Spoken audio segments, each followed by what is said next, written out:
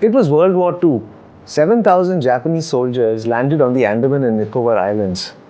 One of these islands was called Car Nicobar. It had 9,000 people living on it. Their leader was a native Nicobari bishop by the name of John Richardson. As a teen, John Richardson had left Nicobar to study in a mission school in Burma. He came back as a teacher to his people. He was utterly devoted to them. And as time passed, almost everybody on the island began to look up to John for advice and guidance. So when the Japanese occupied the island in 1942, a tragedy took place. Many Nicobarese were placed in concentration camps. They were forced to work. John by then was 48 years old.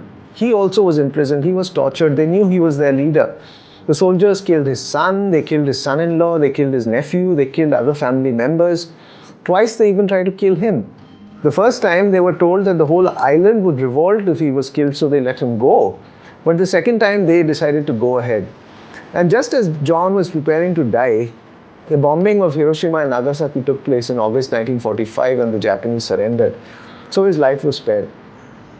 The war came to an end, but the people of Nicobar never forgot the splendid leadership that John Richardson gave his people.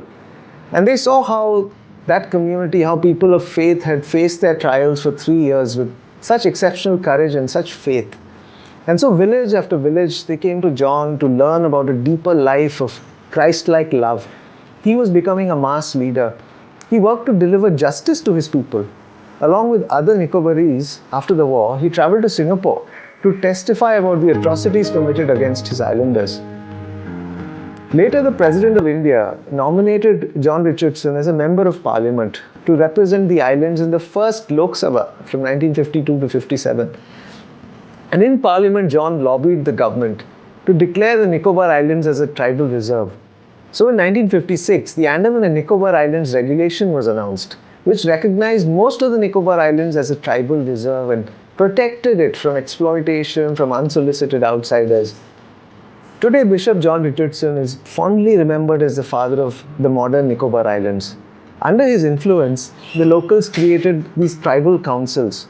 And these councils negotiated with the government the very gradual development and modernization in the islands.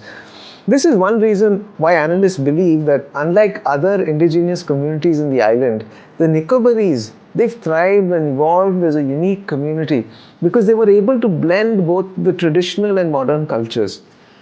The other communities, the other indigenous communities on the islands are on the verge of extinction, but not the Nicobarese. And in recognition of his selfless service to the nation, John Richardson was awarded the Padma Shri in 1966 and then also the Padma Bhushan in 1973. Politicians across parties who visit the Nicobar Islands, they pay tribute at his grave. He believed it was not the rewards you receive that make a man great. Greatness is won by being humble towards your fellow men, by being utterly true to your faith, and by being loyal to your country.